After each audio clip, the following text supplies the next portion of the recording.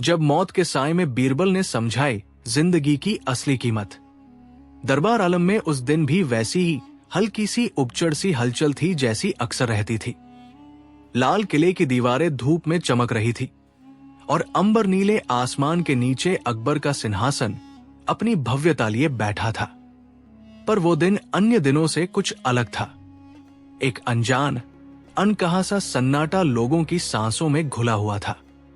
दरबार के आंगन में आए हुए लोगों की आंखों में चिंता थी और बहसें टूटती फटती हुई मिट रही थी, जैसे किसी ने किसी अदृश्य बंदिश से सबका मुंह बंद कर दिया हो।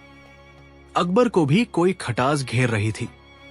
वो अक्सर अपनी राज्य व्यवस्था के बड़े बड़े मामलों पर विचार करते हुए मुस्कुराते और फिर निर्णय लेते, पर आज उनके चेहरे पर गंभीरता थी। वे अपने मुंह से एक एक वाक्य बड़ी सावधानी से निकालते, जैसे वो हर शब्द में अपनी आत्मा का कुछ हिस्सा बचाकर रखना चाहते हों। राजा की इस गंभीरता का कारण था एक संदेश। महल के द्वार पर एक वृद्ध महिला आई थी, जिसके हाथ में सूती वस्त्रों से पटा एक कागज था। वो कागज पढ़ते ही अकबर के हाथ सूख गए और उन आंखों में एक नमी उतर आई जो अक्सर उनकी शाही सख्ती के पीछे छिपी रहती थी। कहते हैं ये कोई सामान्य संदेश नहीं है, नेहरू गुर्दन वाले मंत्री ने धीमे स्वर में कहा। कई गांवों से खबर आ रही है, बेमौसम बाढ़, सूखा और मरने वालों की संख्या बढ़ती जा रही है। बाजारों में राशन कम है। लोग सोच रहे हैं कि क्या ये भगवान का संकेत है या कोई प्राकृतिक प्रकोप। अकबर ने बस तब कहा, बीरबल, तुम्हारी बुद्धि ने हमें कई बार झूठ और सत्य में फर्क दिखाया है। आज मुझे तुम्हारी एक सलाह चाहिए। बताओ, क्या हम केवल सरकारी योजनाओं और दान से इस कैसा दायरा बदल सकते हैं, या फिर कुछ और भी है जो हमसे छूट रहा है? उनकी आवाज में थकान थी, पर साथ ही एक उम्मीद भी थी। वो उम्मीद जिसे केवल बीरबल ही अपने चुटीलेमधुर तरीके से जगा पाते थे। बीरबल ने उसी जिज्ञासा और सहजता से पूछा, महाराज, क्या आप मुझे आज उसी तरह आजमाएंगे जिस तरह पहले कर चुके हैं, दिलों की परतें खोलकर देखने को? अकबर ने सिर हिलाया और मुस्कुरा कर कहा, हाँ, पर आज तुम्हें किसी चतुर खेल से नहीं, बल्कि एक ऐसी परीक्षा से गुजरना होगा जिसमें जिंदगी और मौत दोनों की आवाज सुनाई देगी। बीरबल ने वही हंसता मुस्कुराता चेहरा बनाया जो दरबार में सबको खुश कर देता था, पर आज उसकी आंखों में एक अलग तरह की चमक थी, मानो वो पहले से जानता हो कि उसे किस तरह का दृश्य देखने को मिलेगा। कुछ ही देर में दरबार की भीड़ बिखर गई और एक अलग योजना के साथ बीरबल बाहर निकला। उन्होंने राजभवन के बाहर एक छोटे से खाने और निवास के रूप में बनी झोपड़ी का इंतजाम कराया, जो गरीबों और बीमारों के स्वागत के लिए थी। सभी मंत्री चकित हुए कि बीरबल इतनी अचानक क्या करने जा रहे हैं, पर बीरबल ने किसी को कुछ नहीं बताया। उनके इरादे गुप्त थे। अगले ही दिन किले के गेट पर एक अजबसा दृश्य दिखा। उन गरीबों के लिए बने झोपड़ियों के आसपास लोगों की भीड़ लग गई। खरीदारी करने वाले लोग जो दान दे रहे थे, और कुछ ऐसे भी जो पल भर की हजा की हंसी के लिए आए थे। पर वो भीड़ अचानक खामोश हो गई जब एक मनहूस सूट पहने पुरानी सी आकृति आई। उसकी चाल धीमी थी, पर आंखें तेज थी। कुछ ऐसा लग रहा था मानो उसने जीवन के कई साल देख लिए हों और अब वो किसी काम के लिए आया हो। वो खुद को कोई साधारण भिखारी बता रहा था, पर उसकी मौजूदगी में लोगों के दिलों ने एक अजीब सा कांप महसूस किया। लोगों ने कहा कि वह मौत के रूप में आया हुआ है, पर आखिर मौत कैसे पाया जा सकता है? क्या सचमुच कोई इंसान इतनी सजीवता के साथ आकर मौत का चेहरा बन सकता है? बीरबल ने उसे देखा और मुस्कुराते हुए कहा, अरे हमारे मेहमान, आप इतने भारी मन के साथ क्यों आए हैं? क्या आपकी राह में किसी को विशेषज्ञता चाहिए? हम आपकी मेजबानी करेंगे।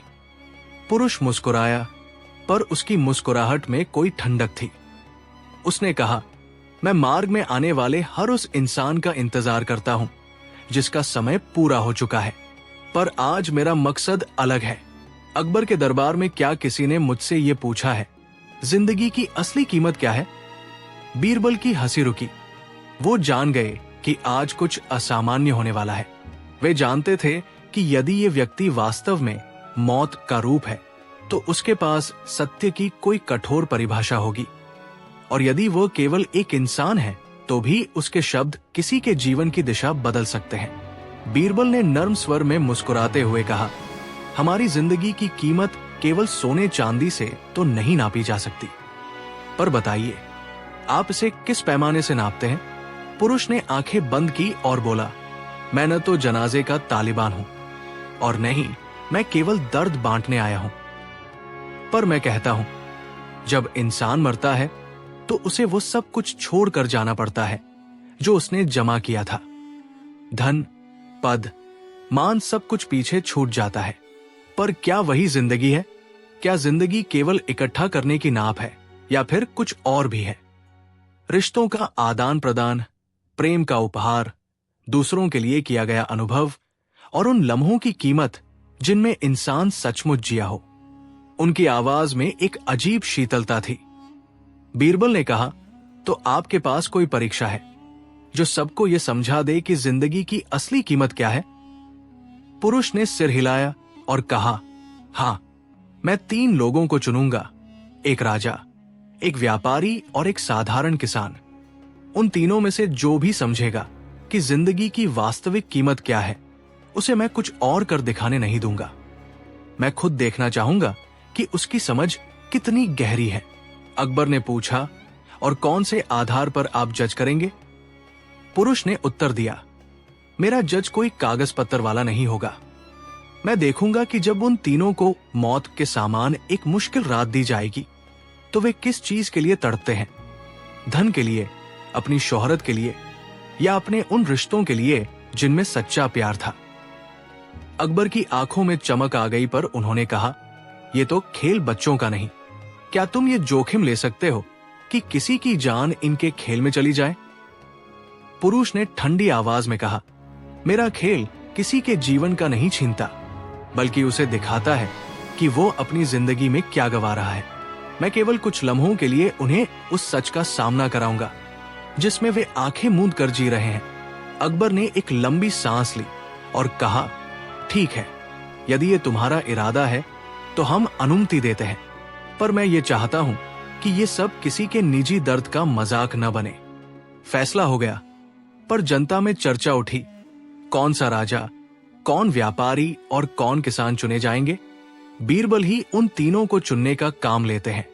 वे जानते थे कि ये केवल एक खेल नहीं है, ये मौका था लोगों को ये दिखाने का कि किस तरह वे अपने जीवन की कीमत को लगाम दे रहे हैं। बीरबल ने चुना। एक राजा का प्रतिनिधि के रूप में अकबर ने स्वयं सहमति दे दी ताकि इंसाफ और सुनवाई का रौब बना रहे। व्यापारी के रूप में एक धनी सूती कपड़े व्यापारी अमनदास, और किसान के रूप में एक साधारण और विनयी किसान रामकृष्ण। रात को एक अजीब सा माहौल छा गया। छाया मानो लंबी कर दी गई थी। चूल्हों पर आंच मंद कर दी गई और घरों की खिड़कियां बंद कर दी गई। उस रात तीनों को अलग अलग कमरे दिए गए जहां एक एक आदमी मौत का रूप धारण करके आया। उसने उन्हें बताया कि उन तीनों को एक रात के लिए वो मौत के साए में रखना चाहता है ताकि वे खुद समझ सके कि वे क्या खो रहे हैं। पर उसने शर्त रखी, उनकी कोई भी चीज असली मौत के बाद जानी नहीं जाएगी। वो केवल एक अनुभव होगा, एक भ्रम सा जो उन्हें सच से मिलने देगा। तीनों सहमति दे दिए क्योंकि हर एक ने सोचा कि ये केवल एक मनोवैज्ञानिक खेल है और कुछ भी असल में खतरे में नहीं। अमनदास व्यापारी की कहानी से शुरू करते हैं। उसे अपने घर का दरवाजा बंद करके उसके सामने एक बड़ा सा खजाना रख दिया गया और कहा गया कि अब उसे ये बताना होगा कि यदि ये सब कुछ खो जाए तो वो क्या चाहेगा। अमनदास ने पहले तो धूर्तता दिखाई। उसने कहा कि उसका जीवन धन के इर्द गिर्द है, धन ही उसकी पहचान है। पर जब उसे एक क्षण के लिए अंधेरा घेर गया और वो खुद को खोता हुआ महसूस करने लगा तो उसके अंदर एक खालीपन ने दस्तक दी। उसे याद आया कि उसकी पुत्री पहले उसे हर सुबह गुलाब देकर मिलती थी, पर आज मेहनत और दौड़ धूप में उसने अपने बच्चों के चेहरे को भूल लिया था। वो रो पड़ा। अमनदास ने उस रात जाना कि धन का भार उसे खुशियां नहीं दे सका। उसने सोचा कि अगर एक दिन ये सब कुछ न रहा तो उससे भी बड़ा भय होगा, लोगों से कट जाना। जब सुबह हुई तब उसने अपने हाथों से मासूमियत की तरह धन को देखा और फिर अपने नौकरों को बुलाकर कहा कि वो कल से उन बच्चों और विधवाओं के लिए राशन का ढेर लगाएगा जिनके पास कुछ नहीं। उस रात अमनदास ने पहली बार महसूस किया कि जिंदगी की कीमत पैसों में नहीं, बांटने में है। रामकृष्ण, वो साधारण किसान जिसे बीरबल ने चुना था, उसे एक भूखे घर में डाल दिया गया। उस घर में एक वृद्ध माता थी और 2 छोटे बच्चे। रात के अंधेरे में उसे महसूस हुआ कि यदि उसने अपने जीवन के अंतिम क्षण भी वही धरती खो दी तो उसका गांव क्या होगा। उस रात उसकी पीठ में दर्द उठा पर उसने उस दर्द से कुछ नया सीखा। उसने देखा कि वो जिंदगी जिस खेत में मिट्टी से मिलने की वजह से पाता है, उस मिट्टी के बिना वो कुछ भी नहीं।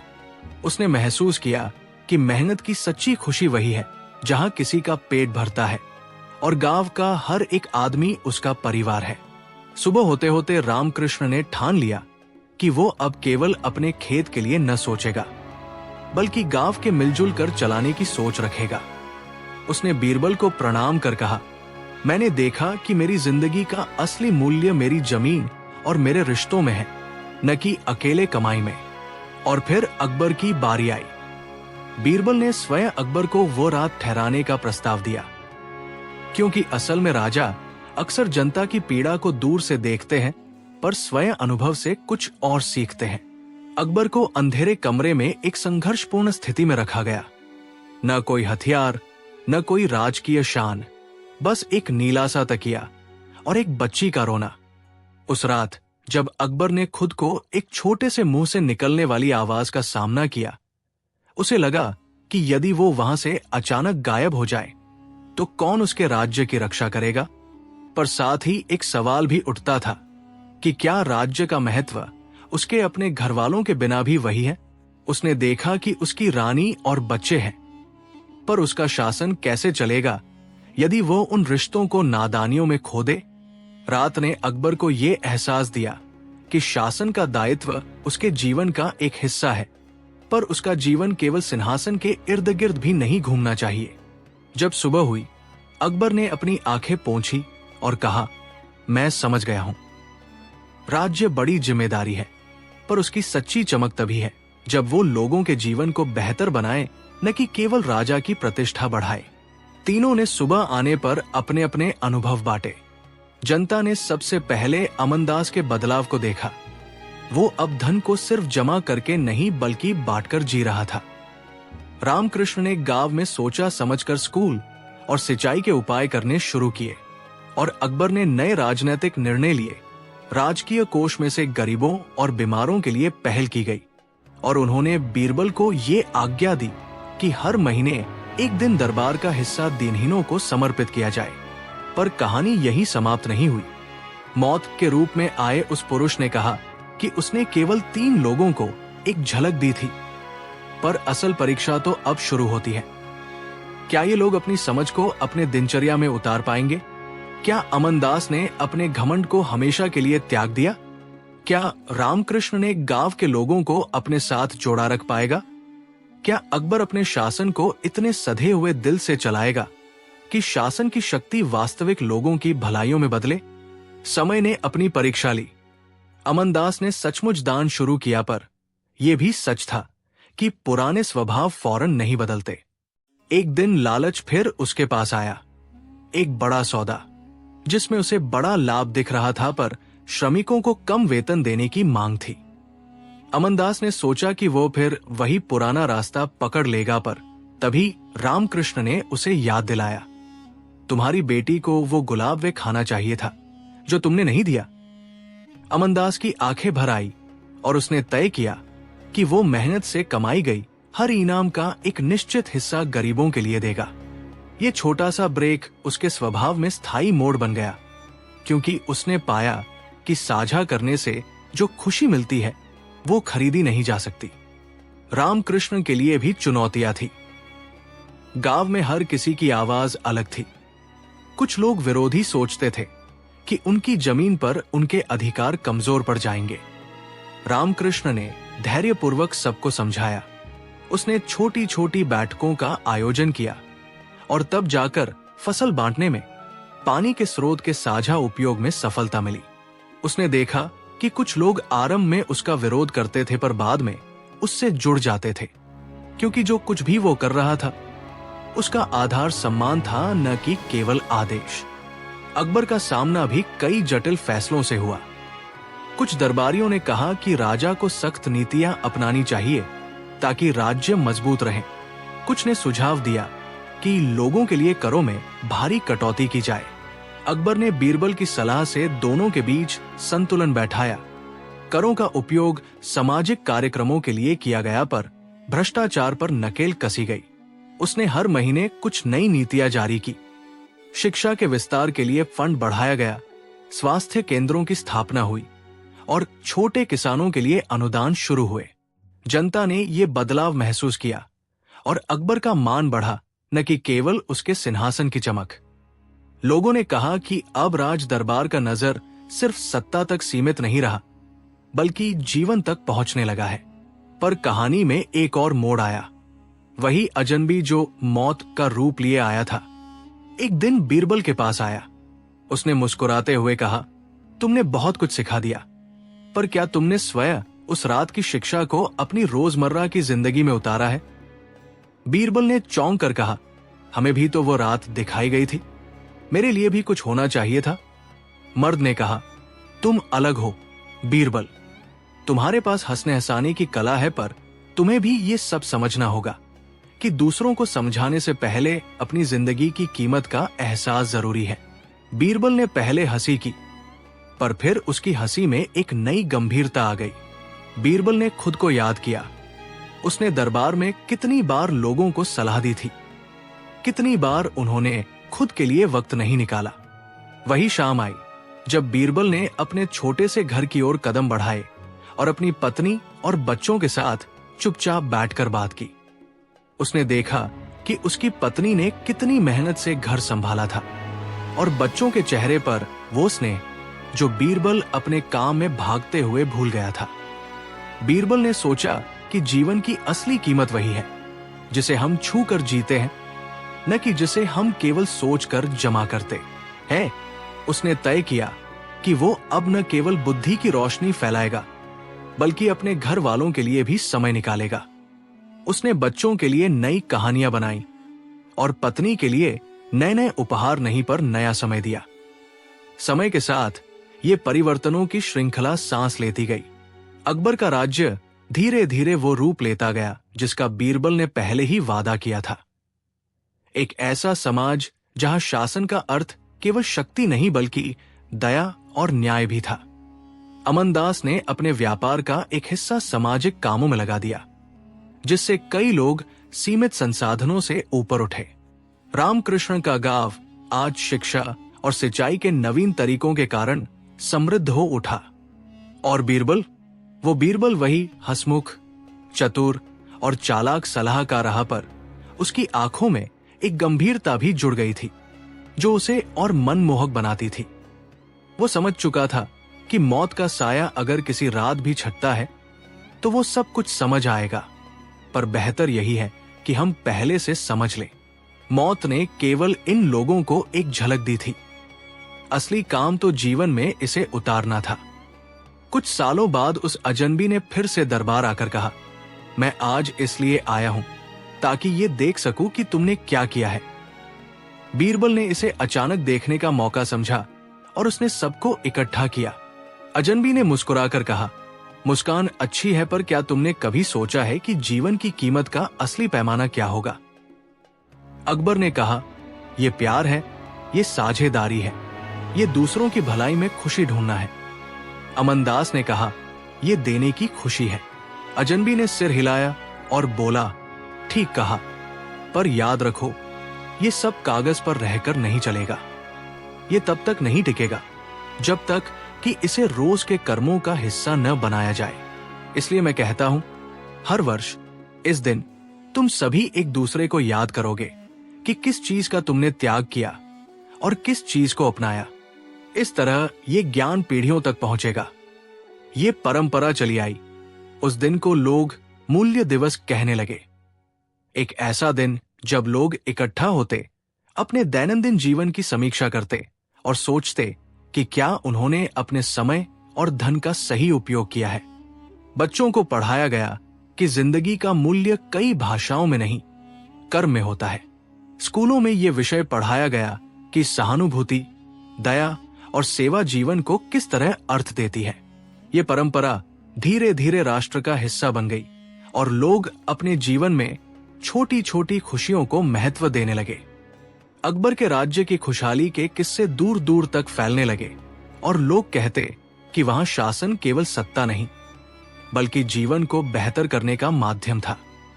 कई सालों के बाद जब बीरबल वृद्ध हो चला और उसकी चाल धीमी पड़ गई, तब वो अक्सर महल के पास उन्हीं झोपड़ियों के पास बैठ जाता जहां से वो सब आरंभ हुआ था। बच्चे उसके पास आते और कहानियां सुनते। वे कहते, हमें बताइए कि कैसे आप वो सब कर पाए। और बीरबल मुस्कुराकर कहता, मैंने किसी जादू का प्रयोग नहीं किया, बस मैंने सुनना सीखा और दूसरी आंख से देखना सीखा, उस आंख से जो आत्मा देखती है। एक शाम वही झोपड़ी के पास वही अजन भी आया। इस बार वो अक्सर की तरह नहीं आया, बल्कि उसने कहा, तुमने सारी शर्तें पूरी कर दी।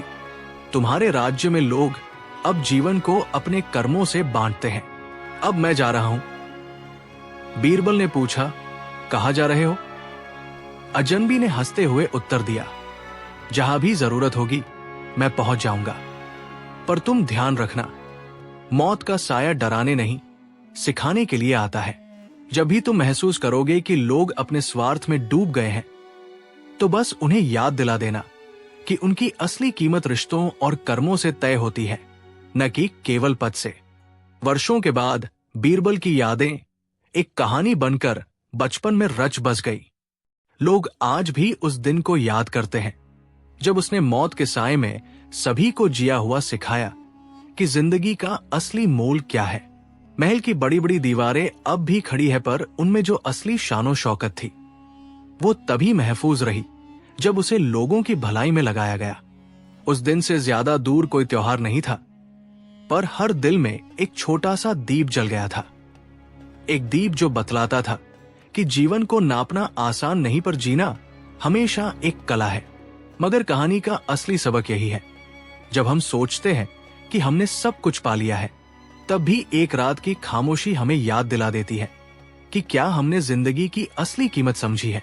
अमनदास ने दान से सीखा, रामकृष्ण ने साझा करके सीखा, अकबर ने दया से सीखा और बीरबल ने महसूस करके सीखा। और उस अजनबी ने जो कभी मौत की भूमिका में दिखा, उसने ये सिखाया कि भय का मकसद खत्म नहीं कर देना है, बल्कि जगाना है। उससे बहुत पहले भी लोग मरते और जीते रहे हैं, पर जो लोग जिंदगी की छोटी छोटी खुशियों, रिश्तों की मिठास और सेवा की आदतों को अपनाते हैं, वही सच्चे उन्नायक होते हैं। अंततः बीरबल का जीवन भी धीरे धीरे समाप्त हुआ, पर उसने मरते समय कोई बढ़ाचढ़ा दौलत नहीं छोड़ी, न कोई समृद्धि की सूची, बल्कि उसने अपने गांव के स्कूल, अस्पताल और उस मूल्य दिवस की साधना को छोड़ दिया। यही था उसकी विरासत। लोग उसे याद करते हुए कहते, बीरबल ने हमें नीतियां तो नहीं दी, पर उसने हमें जीना सिखाया। और शायद यही सबसे बड़ी सीख थी। मौत के साए में जो चमक दिखती है, वो डराने की नहीं, समझाने की है। अगर हम अपने अपने घरों में, अपने अपने समाज में उन दिनों और रातों की कदर करना सीखें जिनमें हम सचमुच जिए हों, तो जीवन की असली कीमत स्वतः ही समझ आ जाती है। अकबर के दरबार में आया कोयल का खदान का व्यापारी। दरबार आलम उस सुबह कुछ असामान्य चहल पहल के साथ जागा था। लाल किले के प्रांगण में परंपरागत फूलों की खुशबू तो थी ही, पर इस बार हवा में मिट्टी और कोयले की हल्की सी गंध भी घुली हुई थी। लोग आपस में कानाफूसी कर रहे थे। कहा जा रहा था कि एक विपरीत चेहरा शहर से आए हुए नए व्यापारी का आया है, जो कोयले की खदानों का व्यापार करता है। किसी ने बताया कि वो 14 गाड़ी कोयला लेकर आया है और उसे दरबार में सुनवाई की जरूरत है। किसी ने कहा कि वो धनी है, पर उसकी आंखों में कोई साधारण भूख नहीं, बल्कि कुछ ऐसा था जैसे वो अपने साथ कोई भारी किस्सा भी लाया हो। अकबर ने अपनी पालकी से उठकर दरबार में ध्यान से देखने का संकेत किया। बीरबल भी अपने स्थान पर बैठे मुस्कुरा रहे थे, पर उनकी मुस्कान के पीछे अक्सर की तरह रत्ती भर चतुराई छुपी थी।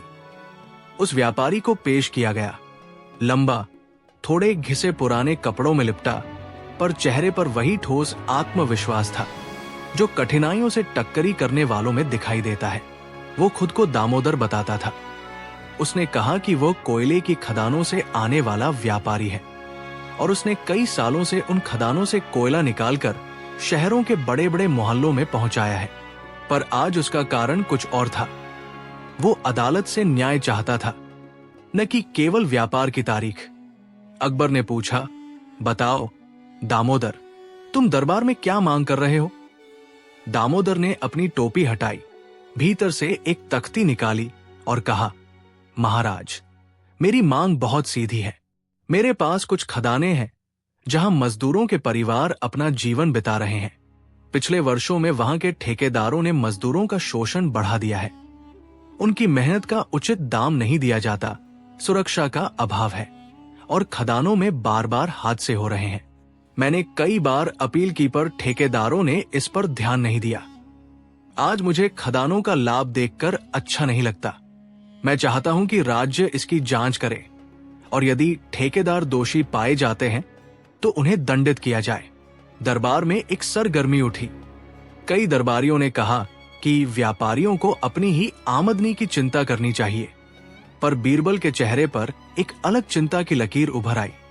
वो जानते थे कि किसी भी समस्या का हल सिर्फ कानून के सहारे नहीं, बल्कि समझ और समाज के सहभाग से मिलकर आता है। वही अकबर ने ध्यान से दामोदर की बात सुनी और फिर कहा, ठीक है, पर यह मामला केवल दामोदर और ठेकेदारों का नहीं है। ये उन अनगिनत लोगों का भी है जिनका पेट उसी कोयले पर जलता है जो तुम बेचते हो। मैं चाहता हूं कि इस विषय की जांच बीरबल करे। बीरबल, तुम तैयार हो? बीरबल ने हाथ जोड़कर कहा, महाराज, आपकी आज्ञा मेरे लिए सर्वोपरि है, पर मैं इस काम को अलग तरीके से करूंगा। मैं केवल दस्तावेजों और बयान से नहीं जांच करूंगा, बल्कि मैं खुद खदानों में जाऊंगा, लोगों के बीच रहूंगा और उनकी नब्ज पर हाथ रखकर बताऊंगा कि सच्चाई कहाँ है। अकबर ने मुस्कुराकर कहा, तुम्हारे इस तर्क में व्यंग्य नहीं दिखता। जाकर आओ और सच ही मुझे बताना। कुछ दिनों के भीतर बागे शाही की सजधज कम हुई और बीरबल यात्रा पर निकल पड़े। उनके साथ दामोदर भी गए।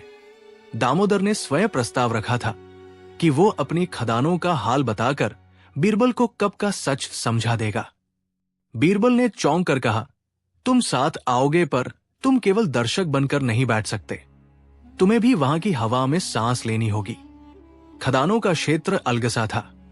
धरती के गर्भ से धुएं सा उठता, सड़कें जर्जर थी और मजदूरों के घर छोटे छोटे महीन ईंटों के बने, पर उन घरों में बच्चों की आवाजें, चूल्हों की राख और जीवन की बोली थी।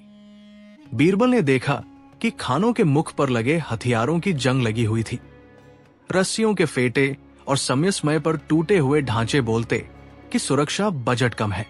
मजदूर सादे कपड़ों में थे, पर उनकी आंखों में मिट्टी के साथ सहनशीलता का अटल भाव भी था। बीरबल ने सबसे पहले एक बूढ़े मजदूर से कहा, अपना नाम बताइए। मेरा नाम चांदुन है साहब, उसने कहा, हाथ पर लगे कठोर सा कालिखी निशान दिखाते हुए। मैंने 20 साल से खदानों में काम किया है। कई बार एकाध घटना में कंपैनरोस छोड़ दिए गए। उसकी आवाज में थकावट थी, पर आत्मविश्वास भी था। उसका चेहरा उन्हीं वर्षों की कहानी बोला रहा था। बीरबल ने रुक कर पूछा, क्या तुम्हें कभी सुरक्षात्मक उपकरण दिए जाते हैं? मास्क, हेलमेट, चश्मा? चांदुन ने ठंडी हंसी के साथ कहा, हेलमेट? हमारा तो मजदूर कभी कभी भूखी वोट की तरह लॉन्च कर देते हैं। कभी कभी मालिक आते हैं, कहते हैं कि तुम बहाना क्यों बनाते हो।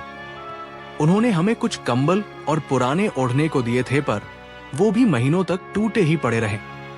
उसकी आंखें नमी से भर आई पर वो आगे बोलता गया, और अगर कोई घायल हो जाए तो उसे बस छोड़ दिया जाता है।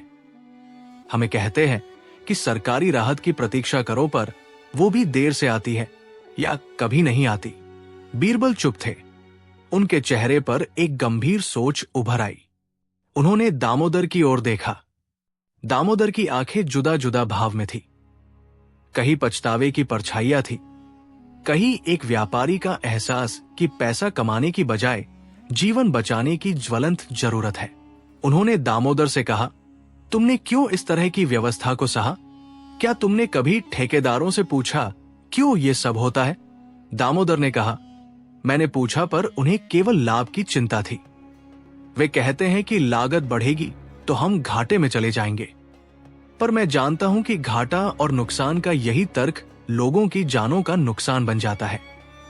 दामोदर की आवाज में कोई टूटन थी, या ये शायद उस भारी जिम्मेदारी का बोझ था जिसने उसे भीतर से दबा दिया था। बीरबल ने तय किया कि वो ठेकेदारों से मिलकर पूरे सिलसिले की तह तक जाएगा। वे ठेकेदारों के कार्यालय में गए। वहां महल की तरह सजे धजे नहीं, पर कागजों के ढेर, साइन की गई फाइलें और लेन देन की सूची मिली। ठेकेदारों ने तुरंत उस पर आरोप लगाया कि दामोदर भ्रष्ट है और कि मजदूरों की हालत सिर्फ उन्हीं पर निर्भर नहीं बल्कि विजातीय कारणों से भी है। ऊपर से दबाव, खरीदारों की कीमतें, कर और अन्य बाधाएं। पर बीरबल धीरे धीरे उन बहानों की परतें खोलते गए। उन्होंने दस्तावेजों को ध्यान से देखा, मजदूरों के वेतन प्रमाण और बांटे गए सुरक्षा साधनों के बिलों की तुलना की। कुछ बिल जाली थे, कुछ कटी-फटी रसीदें थी और कई ऐसी रिपोर्टें थी जिनमें खर्चा सही दिखाया गया था पर वास्तविकता कुछ और थी। एक रात बीरबल ने ठेकेदार के एक पुराने सहायक से जबरदस्त सवाल किया। सहायक ने मुंह फेर कर कहा, हमें कहा गया है कि सुरक्षा के पट्टे और हेलमेट बाजार से सस्ते सस्ते खिलौने जैसा ले आओ। असली सामान महंगा पड़ता है और वो लाभ कम कर देता है। बीरबल ने आंखें तीखी कर दी और कहा, क्या तुम ये भी कहते हो कि किसी की जान सस्ती माल की तरह है? सहायक कुछ कह न सका। बीरबल ने सोचा कि सिर्फ सख्त हुक्म और दंड से बात पूरी नहीं होगी। उन्होंने दामोदर से कहा, हमें एक समाधान चाहिए जो स्थायी हो, न कि केवल कागजों में दिखे। मैं चाहता हूं कि तुम मजदूरों के लिए एक सहयोगी समिति बनाओ जिसमें मजदूर, ठेकेदार और राज्य के प्रतिनिधि हों। हर निर्णय सार्वजनिक होगा और हर सुरक्षा उपकरण की खरीद पर पारदर्शिता रहेगी। साथ ही हम एक स्थायी स्वास्थ्य व फर्स्ट एड कोष बनाएंगे जिसे ठेकेदार और व्यापारी मिलकर भरें, पर उपयोग मजदूरों की तुरंत सहायता के लिए होगा। दामोदर ने पहले ईंट की तरह जिद दिखाई, पर फिर उसकी आंखों में वो कुछ फिर से जाग उठा, मानता की एक छोटी सी लौ। उसने कहा, अगर आप कहें तो हम ऐसा कर सकते हैं, पर डर यही है कि कुछ ठेकेदार जो जनहित की बात करने से पीछे नहीं हटते फिर भी चालाकी से रास्ता निकाल लेंगे। बीरबल ने विनम्रता से उत्तर दिया, अकबर का दरबार सिर्फ दंड के लिए नहीं बल्कि शिक्षा और न्याय के लिए भी है। हम कड़े नियम बनाएंगे और साथ ही जनता को भी शिक्षित करेंगे कि वे अपने अधिकार मांग सके। जब जनता जाग जाएगी तब कोई ठेकेदार अपनी हरकतें छुपा नहीं पाएगा। समस्या का अगला आयाम दिखाई दिया। खदानों में खुदाई के तरीके मिट्टी की छाती को घायल कर रहे थे। चांदू ने कहा, हम वर्षा के दिनों में देख चुके हैं कि नदियां उलट जाती है, खेतों में पानी जमा हो जाता है और हमारे गांवों की जमीन कट जाती है। हमारी खेती प्रभावित हो रही है। हम काला सोना निकालते हैं पर सारी मिट्टी हमारे गांवों को तबाह कर रही है। यह सुनकर बीरबल का चेहरा और भी गंभीर हो गया। उन्होंने कहा, यह केवल मजदूरों की सुरक्षा का मामला नहीं, ये पर्यावरण और आने वाली पीढ़ियों का भी मामला है। हमें तकनीक को बदलना होगा, सतत तरीकों को अपनाना होगा और मुआवजे की व्यवस्था करनी होगी ताकि जिन किसानों की जमीन प्रभावित हुई है उन्हें पुनर्स्थापित किया जा सके। बीते कुछ हफ्तों में बीरबल ने न केवल ठेकेदारों को समझा बल्कि उन तकनीशियनों से भी बात की जो खदानों के संचालन में लगे थे। कुछ ने कहा कि आधुनिक यंत्र लगाए जाएं तो सतह और गिरने के खतरे कम होंगे। कुछ ने सुझाव दिया कि खोदाई के बजाय प्राकृतिक रिकवरिंग तकनीक लागू की जाए, पर यह सब महंगा था और दामोदर और ठेकेदारों के लिए लागत का प्रश्न एक बड़ा पत्थर बना हुआ था। बीरबल ने अकबर की मदद मांगी और उसने राज्य कोष से कुछ अनुदान मंजूर करवाने की सलाह दी, पर शर्त यह थी कि अनुदान पारदर्शी तरीके से उपयोग होगा और समुदाय के प्रतिनिधि उसकी जवाबदेही करेंगे। इस सब के बीच दामोदर का निजी परिवर्तन धीरे धीरे उजागर हुआ। वो व्यापारी जो पहले केवल लाभ देखता था, अब मजदूरों के घरों में बैठकर उनकी कहानियां सुनता और बच्चों को किताबें देता। उसने ठेकेदारों के साथ कठोर वाद विवाद किए, पर जब कुछ अच्छे ठेकेदार साथ आए तो उसने उनकी प्रशंसा भी की। गांव वालों का कहना था कि दामोदर अब उस पैसे का उपयोग कर रहा था जिसे वो पहले केवल बढ़ती दौलत में जोड़ता था। वो स्कूल और बुनियादी अस्पताल बनाने में लगा रहा था। लोग कहते थे कि दामोदर की आंखों में अब वही चमक थी जो पहले उसकी जेब में पैसे की चमक थी, पर अब चमक इंसानियत की थी। एक दिन दामोदर ने बीरबल के सामने आंखें नम कर दी और कहा, साहब, पहले मुझे नहीं पता था कि पैसा इतनी बड़ी जिम्मेदारी लाता है। मैं सोचता था कि जितना जमा कर लूंगा उतनी शांति मिलेगी, पर अब मुझे मालूम हुआ है कि सच्ची शांति तभी मिलती है जब तुम्हारे पास ऐसे लोग हो जिनकी जान तुम्हें बचानी हो। अकबर ने, जब वे सब कुछ सुनकर लौटे, दरबार में बड़े निर्णय लिए। राजा ने ऐलान किया कि खदानों की निगरानी के लिए एक स्थायी आयोग बनाया जाएगा जिसमें मजदूरों के प्रतिनिधि, तकनीकी विशेषज्ञ और राज्य के अधिकारी शामिल होंगे। ठेकेदारों के लिए नियम सख्त किए गए, सुरक्षा उपकरण अनिवार्य, दुर्घटनाओं पर तुरंत मुआवजा और पर्यावरणीय क्षति पर भारी जुर्माने की व्यवस्था। साथ ही राज्य ने खदानों के आसपास बसने वाले किसानों के लिए विशेष मुआवजा और रिहैबिलिटेशन योजना रखी ताकि उनकी जमीन फिर से उपजाऊ हो सके। अकबर ने कहा, राष्ट्र की असली शक्ति उसकी जनता है और जब जनता सुरक्षित होगी तभी राज्य की जय होगी। पर किस्से में एक नया मोड़ तब आया जब कुछ प्रतिहिंसक ठेकेदारों ने इन नियमों को चुनौती दी। उन्होंने कागजी काम छुपाकर कुछ गलतियों को अंजाम देने का प्रयास किया और दामोदर को बांधने का रास्ता अपनाया। एक रात एक अनहोनी हुई, कोई जालसाजी उजागर हुई और कुछ दस्तावेजों में छेड़छाड़ का प्रमाण मिला। बीरबल ने अपने मशहूर बुद्धिमत्ता से चाल चली। उन्होंने सार्वजनिक सुनवाई करवाई, पर सुनवाई में केवल कड़वा सच ही बाहर आया। कुछ ठेकेदारों को दोषी करार दिया गया और दंड दिया गया, पर बीरबल ने यह भी सुनिश्चित किया कि सजा मात्र दंड न बनकर शिक्षा का जरिया बने। उन्हें तकनीकी प्रशिक्षण और पर्यावरण के प्रति जागरूकता के कार्यक्रमों में शामिल किया गया ताकि भविष्य में वे वही गलती न दोहराएं। समय बीतता गया और परिवर्तन धीरे धीरे स्थायी रूप लेने लगे। खदानों में काम की गुणवत्ता सुधरी, नए हेलमेट, रेस्क्यू ट्रेनिंग और बेहतर वेंटिलेशन लगा दिया गया। मजदूरों की आय बढ़ी और बच्चों के लिए स्कूलों का निर्माण हुआ। दामोदर का नाम अब केवल व्यापारी के रूप में नहीं, बल्कि एक उभरते हुए समाज सेवक के रूप में लिया जाने लगा। गांवों में कृषि को बचाने के लिए जल प्रबंधन और मिट्टी सुधार के नए तरीके अपनाए गए। सबसे बड़ी बात यह थी कि जनता ने अब अपनी आवाज उठानी सीख ली।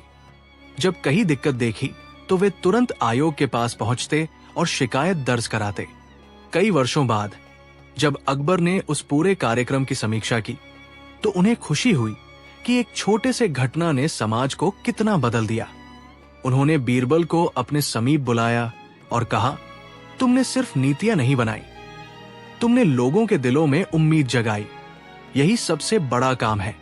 बीरबल ने विनोद भरे स्वर में जवाब दिया, महाराज, सच्चाई यही है कि प्रत्येक काम का आधार इंसानियत है। यदि व्यापार और लाभ इंसानियत के ऊपर खड़ा हो जाए तो वो पतन लाता है, पर यदि इंसानियत को व्यापार की दिशा में रखा जाए तो समाज और व्यावसायिकता दोनों का भला होता है। कई लोगों ने बाद में दामोदर की कहानी सुनकर प्रेरणा ली। कई और व्यापारियों ने उनके रास्ते पर चलते हुए समाज के लिए योगदान करना शुरू किया। राज्य ने यह भी सुनिश्चित किया कि जो भी नई खदानें खोली जाए वे सख्त पर्यावरण मानकों और मजदूर सुरक्षा नियमों के साथ ही खोली जाए। बीरबल की सूझबूझ ने एक नई संस्कृति को जन्म दिया जिसमें लाभ और मानवता दोनों साथ साथ चले। गांव वाले अब अक्सर उन दिनों की बातें बच्चों को सुनाते कि कैसे पहले कोयले की गंध से उनके खेतों की खुशबू छूटने लगी थी, पर अब उन्होंने सिखा लिया कि संतुलन ही जीवन की कुंजी है। कई सालों के बाद दामोदर ने अपने जीवन की आत्मकथा लिखी, पर वो आत्मकथा धन और व्यापार की नहीं, बल्कि परिवर्तन की, प्यास और संवेदना की कहानी थी। उसने लिखा कि किस तरह एक दरबार और एक बुद्धिमान सलाहकार ने उसे उस राह दिखलाई जिसमें जीवन का असली मोल केवल जमा धन नहीं रह जाता, बल्कि दूसरों के लिए कुछ करने की तृप्ति भी जुड़ जाती है। बीरबल की बुद्धि और अकबर का न्याय एक साथ मिलकर उस समाज को नया आयाम दे गए, जिसने न केवल अपनी समृद्धि पाई बल्कि अपनी आत्मा भी बचाई। कहानी का उपसंहार यह है कि जब कोई आदमी, चाहे वो व्यापारी हो या मजदूर, अपने कर्मों की जिम्मेदारी समझ लेता है और न्याय व सहानुभूति के साथ काम करता है, तो समाज का पूरा ताना बाना मजबूत होता है। कोयला जो कभी केवल आग की तरह जलता था, अब जीवन रोशनी के लिए उपयोगी बन गया था। पर उसके साथ साथ उस धरा का भी सम्मान हुआ जिसे हमने कभी केवल संसाधन समझ लिया था। अकबर के दरबार में आया वो कोयले का व्यापारी अंततः हीरो बन गया, पर उसकी असली जीत यह थी कि उसने सीख लिया किस तरह व्यापार और मानवता को साथ रखा जा सकता है। वर्षों बाद जब बीरबल एक शरद की शाम में महल की छत पर बैठकर सोचते, तो वे अक्सर मुस्कुराते हुए कहते, कोयले की खदानों ने हमें यह सिखाया कि उजाला केवल वही देता है जो दूसरों को भी रोशन करे। और अकबर की याद में लोग कहते रहे कि न्याय और बुद्धि जब साथ आते हैं तो कोई भी समस्या स्थायी नहीं रहती, बस जरूरत है तो इंसानियत की, समझ की और उस हिम्मत की जो बदलाव के लिए उठे। अकबर की गरीबों का रहस्य उजागर किया बीरबल ने। दरबार आलम में वो दिन अपेक्षित शांति और रस्मों के बीच किसी अनजानी बेचैनी के साथ आया था। लाल किले की बड़ी सी गुंबदिया सुबह की हल्की रोशनी में एक अजीब सी गंभीरता लिए चमक रही थी। अकबर अपने सिंहासन पर बेतरह गंभीर दिखे और दरबार के चहल पहल में भी कुछ भारीपन था। लोगों की बाहों और चेहरों पर वही नियमित शिष्टता बनी हुई थी, पर हवा में घुली बातें बार बार किसी सवाल के इर्द गिर्द घूमती रहती। क्या सच में राज्य की नींव मजबूत है? क्या देश के कानों तक हर सुनवाई पहुंचती है? और क्या हर गरीब के कदम पर न्याय का कलम तैनात है? अकबर ने अपनी आंखें धीरे धीरे चारों ओर घुमाई और फिर बीरबल की ओर देखा। बीरबल उस समय अपनी ओर छिड़कती शरारत के साथ बैठा था, पर आज उसके चेहरे की मुस्कान में एक अलग तरह की गंभीरता पड़ी थी। अकबर ने पूछा, बीरबल, क्या तुम्हें लगता है कि हमारे यहां हर गरीब को न्याय मिलता है? क्या कोई ऐसा परिवार है जो मेरी तरफ से छूट गया हो? बीरबल ने थोड़ी देर सोचा, फिर विनम्रता से कहा, महाराज, जहां तक हमारी पहुंच और शासन की नजर जाती है वहां प्रयास जारी है, पर संसार में ऐसे कोने भी होते हैं जहां हुक्म की रोशनी कम पड़ जाती है और लोग अपने दुआखों में अंधेरे में रह जाते हैं। अगर आप चाहे तो मैं स्वयं उन कोनों की तह तक जाग देखूंगा। अकबर ने ठहर कर देखा, फिर कहा, अगर तुम वहां जाओ और सच आए तो मैं चाहता हूं कि उसे बदला जाए, पर यह केवल एक औपचारिकता नहीं होनी चाहिए, हमें जड़ तक पहुंचना होगा। बीरबल ने अपनी उंगलियों से हल्के से ठोकर देते हुए जवाब दिया, हुजूर, मैं उस जड़ को उखाड़ कर रख दूंगा। अकबर ने मुस्कुराकर कहा, तो जाओ, पर लौटकर वही सच लाना जो वहां की सासें बताएंगी, न कि केवल कागजों के आंकड़े। इस सब के बीच दामोदर का निजी परिवर्तन धीरे धीरे उजागर हुआ। वो व्यापारी जो पहले केवल लाभ देखता था, अब मजदूरों के घरों में बैठकर उनकी कहानियां सुनता और बच्चों को किताबें देता। उसने ठेकेदारों के साथ कठोर वाद विवाद किए, पर जब कुछ अच्छे ठेकेदार साथ आए तो उसने उनकी प्रशंसा भी की। गांव वालों का कहना था कि दामोदर अब उस पैसे का उपयोग कर रहा था जिसे वो पहले केवल बढ़ती दौलत में जोड़ता था। वो स्कूल और बुनियादी अस्पताल बनाने में लगा रहा था। लोग कहते थे कि दामोदर की आंखों में अब वही चमक थी जो पहले उसकी जेब में पैसे की चमक थी, पर अब चमक इंसानियत की थी। एक दिन दामोदर ने बीरबल के सामने आंखें नम कर दी और कहा, साहब, पहले मुझे नहीं पता था कि पैसा इतनी बड़ी जिम्मेदारी लाता है। मैं सोचता था कि जितना जमा कर लूंगा उतनी शांति मिलेगी, पर अब मुझे मालूम हुआ है कि सच्ची शांति तभी मिलती है जब तुम्हारे पास ऐसे लोग हो जिनकी जान तुम्हें बचानी हो। अकबर ने, जब वे सब कुछ सुनकर लौटे, दरबार में बड़े निर्णय लिए। राजा ने ऐलान किया कि खदानों की निगरानी के लिए एक स्थायी आयोग बनाया जाएगा जिसमें मजदूरों के प्रतिनिधि, तकनीकी विशेषज्ञ और राज्य के अधिकारी शामिल होंगे। ठेकेदारों के लिए नियम सख्त किए गए, सुरक्षा उपकरण अनिवार्य, दुर्घटनाओं पर तुरंत मुआवजा और पर्यावरणीय क्षति पर भारी जुर्माने की व्यवस्था। साथ ही राज्य ने खदानों के आसपास बसने वाले किसानों के लिए विशेष मुआवजा और रिहैबिलिटेशन योजना रखी ताकि उनकी जमीन फिर से उपजाऊ हो सके। अकबर ने कहा, राष्ट्र की असली शक्ति उसकी जनता है और जब जनता सुरक्षित होगी तभी राज्य की जय होगी। पर किस्से में एक नया मोड़ तब आया जब कुछ प्रतिहिंसक ठेकेदारों ने इन नियमों को चुनौती दी। उन्होंने कागजी काम छुपाकर कुछ गलतियों को अंजाम देने का प्रयास किया और दामोदर को बांधने का रास्ता अपनाया। एक रात एक अनहोनी हुई, कोई जालसाजी उजागर हुई और कुछ दस्तावेजों में छेड़छाड़ का प्रमाण मिला। बीरबल ने अपने मशहूर बुद्धिमत्ता से चाल चली। उन्होंने सार्वजनिक सुनवाई करवाई, पर सुनवाई में केवल कड़वा सच ही बाहर आया। कुछ ठेकेदारों को दोषी करार दिया गया और दंड दिया गया, पर बीरबल ने यह भी सुनिश्चित किया कि सजा मात्र दंड न बनकर शिक्षा का जरिया बने। उन्हें तकनीकी प्रशिक्षण और पर्यावरण के प्रति जागरूकता के कार्यक्रमों में शामिल किया गया ताकि भविष्य में वे वही गलती न दोहराए। समय बीतता गया और परिवर्तन धीरे धीरे स्थायी रूप लेने लगे। खदानों में काम की गुणवत्ता सुधरी, नए हेलमेट, रेस्क्यू ट्रेनिंग और बेहतर वेंटिलेशन लगा दिया गया। मजदूरों की आय बढ़ी और बच्चों के लिए स्कूलों का निर्माण हुआ। दामोदर का नाम अब केवल व्यापारी के रूप में नहीं, बल्कि एक उभरते हुए समाज सेवक के रूप में लिया जाने लगा। गांवों में कृषि को बचाने के लिए जल प्रबंधन और मिट्टी सुधार के नए तरीके अपनाए गए। सबसे बड़ी बात यह थी कि जनता ने अब अपनी आवाज उठानी सीख ली। जब कहीं दिक्कत देखी तो वे तुरंत आयोग के पास पहुंचते और शिकायत दर्ज कराते।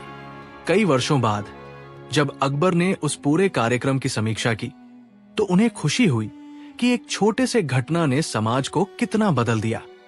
उन्होंने बीरबल को अपने समीप बुलाया और कहा, तुमने सिर्फ नीतियां नहीं बनाई, तुमने लोगों के दिलों में उम्मीद जगाई। यही सबसे बड़ा काम है। बीरबल ने विनोद भरे स्वर में जवाब दिया, महाराज, सच्चाई यही है कि प्रत्येक काम का आधार इंसानियत है। यदि व्यापार और लाभ इंसानियत के ऊपर खड़ा हो जाए तो वो पतन लाता है, पर यदि इंसानियत को व्यापार की दिशा में रखा जाए तो समाज और व्यावसायिकता दोनों का भला होता है। कई लोगों ने बाद में दामोदर की कहानी सुनकर प्रेरणा ली। कई और व्यापारियों ने उनके रास्ते पर चलते हुए समाज के लिए योगदान करना शुरू किया। राज्य ने यह भी सुनिश्चित किया कि जो भी नई खदानें खोली जाए वे सख्त पर्यावरण मानकों और मजदूर सुरक्षा नियमों के साथ ही खोली जाए। बीरबल की सूझबूझ ने एक नई संस्कृति को जन्म दिया जिसमें लाभ और मानवता दोनों साथ साथ चले। गांव वाले अब अक्सर उन दिनों की बातें बच्चों को सुनाते कि कैसे पहले कोयले की गंध से उनके खेतों की खुशबू छूटने लगी थी, पर अब उन्होंने सिखा लिया कि संतुलन ही जीवन की कुंजी है। कई सालों के बाद दामोदर ने अपने जीवन की आत्मकथा लिखी, पर वो आत्मकथा धन और व्यापार की नहीं, बल्कि परिवर्तन की, प्यास और संवेदना की कहानी थी। उसने लिखा कि किस तरह एक दरबार और एक बुद्धिमान सलाहकार ने उसे उस राह दिखलाई जिसमें जीवन का असली मोल केवल जमा धन नहीं रह जाता, बल्कि दूसरों के लिए कुछ करने की तृप्ति भी जुड़ जाती है। बीरबल की बुद्धि और अकबर का न्याय एक साथ मिलकर उस समाज को नया आयाम दे गए, जिसने न केवल अपनी समृद्धि पाई बल्कि अपनी आत्मा भी बचाई। कहानी का उपसंहार यह है कि जब कोई आदमी, चाहे वो व्यापारी हो या मजदूर, अपने कर्मों की जिम्मेदारी समझ लेता है और न्याय व सहानुभूति के साथ काम करता है, तो समाज का पूरा ताना बाना मजबूत होता है। कोयला, जो कभी केवल आग की तरह जलता था, अब जीवन रोशनी के लिए उपयोगी बन गया था। पर उसके साथ साथ उस धरा का भी सम्मान हुआ जिसे हमने कभी केवल संसाधन समझ लिया था। अकबर के दरबार में आया वो कोयले का व्यापारी अंततः हीरो बन गया, पर उसकी असली जीत यह थी कि उसने सीख लिया किस तरह व्यापार और मानवता को साथ रखा जा सकता है। वर्षों बाद जब बीरबल एक शरद की शाम में महल की छत पर बैठकर सोचते, तो वे अक्सर मुस्कुराते हुए कहते, कोयले की खदानों ने हमें यह सिखाया कि उजाला केवल वही देता है जो दूसरों को भी रोशन करे।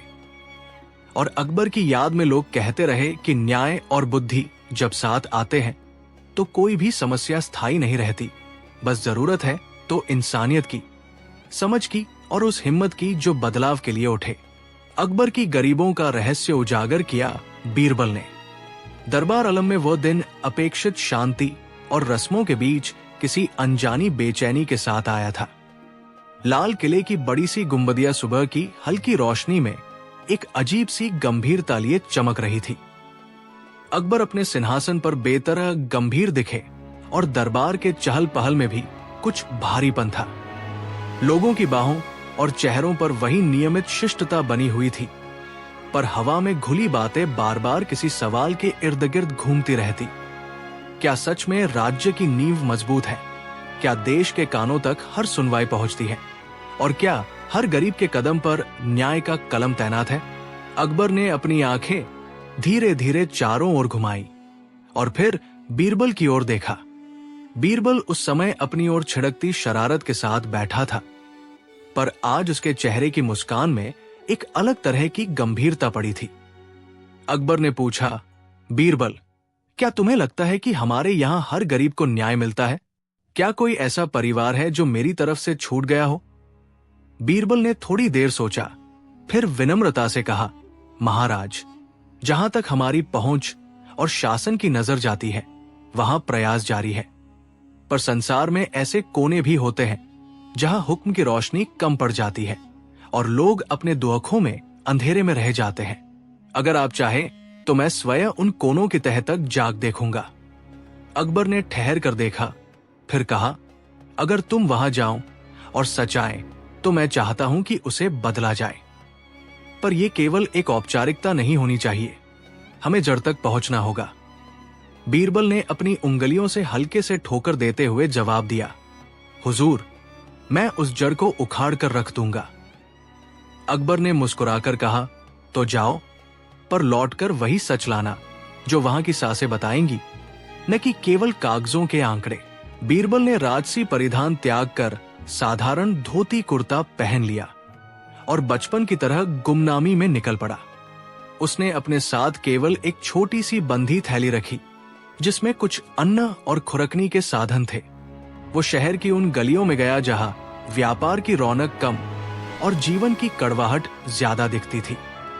वहां के घर छोटे छोटे, गंदे आंगन और झूलती बांस की छतें थी। बच्चे नंगे पांव खेलते और बुजुर्गों की आंखों में समय की परतें थी। बीरबल ने उसी दिन रात बीते दरबदर लोगों के साथ बिताई और उनकी सुबह के दुखों को देखा। किसी के घर में सूखा चूल्हा, किसी के आंचल में खाली थैली और कहीं कहीं बच्चे भूख से सुन्न पड़े हुए थे। बीरबल ने अपने आप को यही नाम दिया, ने एक दूजे गांव की ओर चलकर उन लोगों से मिले जिनकी कहानियां अक्सर दरबार तक नहीं पहुंचती थी। उसने एक बुजुर्ग महिला से बात की जिसका नाम सुस्मिता था। वो बताने लगी कि कैसे उसके पति की अचानक मृत्यु के बाद गांव के कुछ अमीरों ने उनकी जमीन पर अपना दावा ठोक दिया और प्रशासनिक पेचीदगियों के चलते वो अपना कोई हाल नहीं सुना पाई। उसने बताया कि बच्चों की पढ़ाई रुकी, खेतों की सिंचाई कम हुई और परिवारों की रोजमर्रा की जिंदगी में भय का ताना बाना फैल गया। बीरबल ने उसे आंचल से पसीना पोंछने की नक्की सी कृपा दिखाई और कहा, डरो मत, मैं तुम्हारी बात दरबार तक पहुंचा के ही रहूंगा। समय बीतता गया और बीरबल ने अलग अलग मोहल्लों में रहकर सुनने का काम जारी रखा। उसने व्यापारियों, ठेकेदारों और स्थानीय अधिकारियों से भी बातचीत की, पर जहां वह गया उसे कुछ ऐसा ही एहसास हुआ। कई बार कानून तो मौजूद था, पर व्यवहार में वो ठप्पड़ जाता था। कुछ मामलों में कागज पर ठीक दिखाई देने वाले आदेश जमीन पर अन्याय की तरह छप जाते थे। बीरबल ने देखा कि गरीबों की समस्याएं सिर्फ आर्थिक नहीं थी, बल्कि उनके पास सुनवाई का सशक्त रास्ता भी नहीं था। लोग डर के कारण शिकायत दर्ज नहीं कर पाते, अथवा शिकायत दर्ज होने के बाद लंबी प्रक्रिया और रिश्वत के कारण उनके कागज दब जा रहे थे। बीरबल ने तय किया कि समस्या का हल सिर्फ प्रशासनिक सख्ती में नहीं है, बल्कि लोगों की आत्माओं में विश्वास जगाने और न्याय प्रक्रिया को पारदर्शी बनाने में है। वो वापस दिल्ली लौटा और अकबर को उपस्थिति में सारी बातें बताई। अकबर ने चर्चा सुनकर गंभीरता से कहा, तुमने जो देखा वो मेरे लिए भयावह है। अगर मेरी जनता की आवाज मेरे कान तक नहीं पहुंचती तो मेरा शासन कैसी मानी जाएगी? बीरबल ने उत्तर दिया, मेरे विचार में हमें न्याय का एक नयापन ढूंढना होगा, एक ऐसा तरीका जिससे लोग बिना भय के अपने अधिकार मांग सकें और प्रशासन झट से सुन सके। अकबर ने सोचा और कहा, तो प्रस्ताव क्या है? मैं तुम्हारे हर निर्णय में साथ दूंगा, पर ध्यान रहे कि इसे न्याय और इंसाफ की मिसाल बनना चाहिए। बीरबल ने सुझाव दिया कि दरबार द्वारा एक विशेष अन्वेषण सभा गठित की जाए जो सीधे जनता के साथ जाकर सुनवाई करे। साथ ही एक लोक न्याय समूह जिसमें गांवों और मोहल्लों के चुने हुए प्रतिनिधि और न्याय के पारख रखने वाले बुद्धिमान नागरिक शामिल हों। यह प्रयोग प्रशासनिक दायरों के अलावा होगा और उसकी रिपोर्ट सीधे अकबर तक पहुंचती। साथ ही बीरबल ने कहा कि उन्हें कुछ चतुर कदम उठाने होंगे ताकि भ्रष्टाचार और बड़ी बड़ी बोली ठेकेदारी के कारण गरीबों की शिकायतें दबाए न जा सके।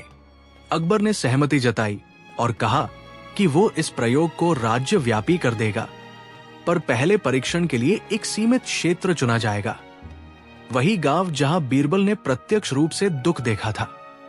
परंतु बीरबल केवल नीतियां बनाने वाला नहीं था, वो अपने कारनामों में अभिनय और सूझबूझ का भी बेजोड़ मिसाल था।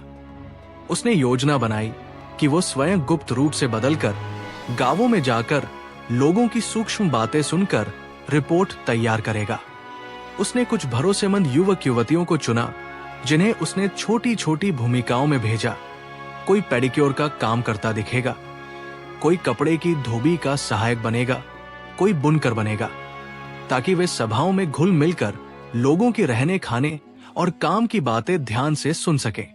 इस प्रकार की जासूसी नहीं, बल्कि समाज की नब्ज पकड़ने की कोशिश थी। बीरबल ने यह भी सुनिश्चित किया कि किसी भी कार्यवाही में दंड एवं सुधार दोनों का तंत्र समेकित रूप से चलाया जाएगा।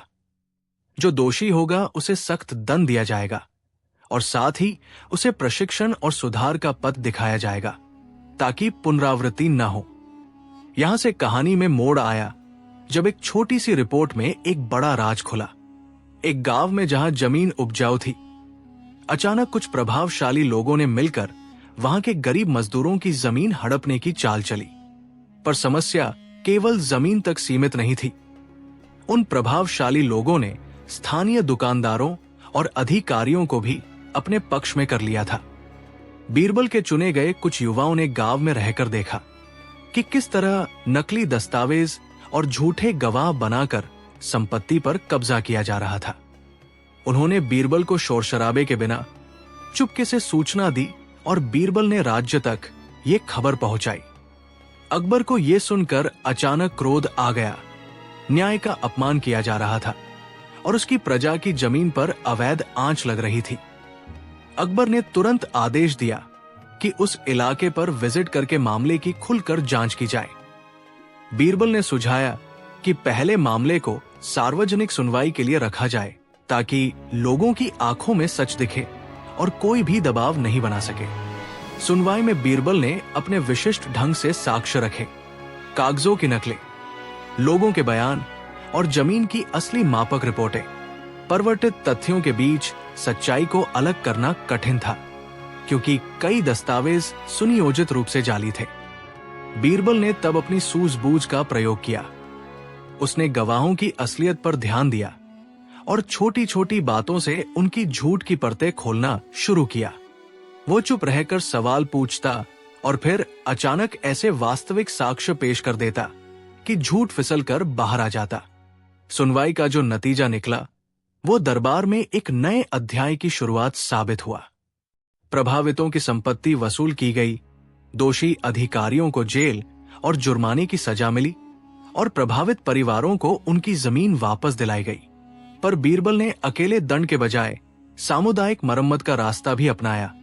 संपत्ति की वापसी के साथ साथ उसने गांव में साझा फसल योजना और सिंचाई का एक साझा तंत्र बनवाया ताकि भविष्य में फिर से किसी की जमीन हड़पने का मौका न मिल पाए। बीरबल की ये योजना मूर्खता नहीं थी, ये समझ थी कि जब इंसान की जीविका सुरक्षित होगी तभी उसकी गरिमा बनी रहेगी। पर समस्या सिर्फ इतना ही दूर तक सुलझी नहीं थी। बीरबल ने और गहरी जांच की तो उसने पाया कि राज्य की कुछ नीतियां अनजाने में गरीबों को मुश्किल में डाल रही थी। कुछ कर साजिशें, कुछ कर्ज की पाबंदियां और कुछ बिचौलियों की व्यवसायिक करतूतें। बीरबल ने सुझाव दिया कि राज्य को छोटे कर्ज के सहयोग, शिक्षा और स्वास्थ्य के जनोपयोगी केंद्रों पर और अधिक फोकस करना चाहिए। अकबर ने सुना और आदेश दिया कि किसी भी फैसले के पहले समुदाय के प्रतिनिधियों की राय ली जाए और नई नीतियां पारदर्शिता के साथ लागू हों। बीरबल ने साथ ही ये भी कहा कि जल्दबाजी में केवल कागजी कानून नहीं बनाए जाए, बल्कि उनका पालन सुनिश्चित करने के लिए स्थानीय समितियां भी गठित की जानी चाहिए जो रोजमर्रा की शिकायतों का त्वरित निदान कर सके। बीरबल ने राजसी परिधान त्याग कर साधारण धोती कुर्ता पहन लिया और बचपन की तरह गुमनामी में निकल पड़ा। उसने अपने साथ केवल एक छोटी सी बंधी थैली रखी जिसमें कुछ अन्न और खुरकनी के साधन थे। वो शहर की उन गलियों में गया जहां व्यापार की रौनक कम और जीवन की कड़वाहट ज्यादा दिखती थी। वहां के घर छोटे छोटे, गंदे आंगन और झूलती बांस की छतें थी। बच्चे नंगे पांव खेलते और बुजुर्गों की आंखों में समय की परतें थी। बीरबल ने उसी दिन रात बीते दरबदर लोगों के साथ बिताई और उनकी सुबह के दुखों को देखा। किसी के घर में सूखा चूल्हा, किसी के आंचल में खाली थैली और कहीं कहीं बच्चे भूख से सुन्न पड़े हुए थे। बीरबल ने अपने आप को यही नाम दिया, ने एक दूजे गांव की ओर चलकर उन लोगों से मिले जिनकी कहानियां अक्सर दरबार तक नहीं पहुंचती थी। उसने एक बुजुर्ग महिला से बात की जिसका नाम सुस्मिता था। वो बताने लगी कि कैसे उसके पति की अचानक मृत्यु के बाद गांव के कुछ अमीरों ने उनकी जमीन पर अपना दावा ठोक दिया और प्रशासनिक पेचीदगियों के चलते वो अपना कोई हाल नहीं सुना पाई। उसने बताया कि बच्चों की पढ़ाई रुकी, खेतों की सिंचाई कम हुई और परिवारों की रोजमर्रा की जिंदगी में भय का ताना बाना फैल गया। बीरबल ने उसे आंचल से पसीना पोंछने की नक्की सी कृपा दिखाई और कहा, डरो मत, मैं तुम्हारी बात दरबार तक पहुंचा के ही रहूंगा। समय बीतता गया और बीरबल ने अलग अलग मोहल्लों में रहकर सुनने का काम जारी रखा। उसने व्यापारियों, ठेकेदारों और स्थानीय अधिकारियों से भी बातचीत की, पर जहां वह गया उसे कुछ ऐसा ही एहसास हुआ। कई बार कानून तो मौजूद था पर व्यवहार में वो ठप्पड़ जाता था। कुछ मामलों में कागज पर ठीक दिखाई देने वाले आदेश जमीन पर अन्याय की तरह छप जाते थे। बीरबल ने देखा कि गरीबों की समस्याएं सिर्फ आर्थिक नहीं थी, बल्कि उनके पास सुनवाई का सशक्त रास्ता भी नहीं था। लोग डर के कारण शिकायत दर्ज नहीं कर पाते अथवा शिकायत दर्ज होने के बाद लंबी प्रक्रिया और रिश्वत के कारण उनके कागज दब जा रहे थे। बीरबल ने तय किया कि समस्या का हल सिर्फ प्रशासनिक सख्ती में नहीं है, बल्कि लोगों की आत्माओं में विश्वास जगाने और न्याय प्रक्रिया को पारदर्शी बनाने में है। वो वापस दिल्ली लौटा और अकबर को उपस्थिति में सारी बातें बताई। अकबर ने चर्चा सुनकर गंभीरता से कहा, तुमने जो देखा वो मेरे लिए भयावह है। अगर मेरी जनता की आवाज मेरे कान तक नहीं पहुंचती तो मेरा शासन कैसी मानी जाएगी? बीरबल ने उत्तर दिया, मेरे विचार में हमें न्याय का एक नयापन ढूंढना होगा, एक ऐसा तरीका जिससे लोग बिना भय के अपने अधिकार मांग सकें और प्रशासन झट से सुन सके। अकबर ने सोचा और कहा, तो प्रस्ताव क्या है? मैं तुम्हारे हर निर्णय में साथ दूंगा, पर ध्यान रहे कि इसे न्याय और इंसाफ की मिसाल बनना चाहिए। बीरबल ने सुझाव दिया कि दरबार द्वारा एक विशेष अन्वेषण सभा गठित की जाए जो सीधे जनता के साथ जाकर सुनवाई करे।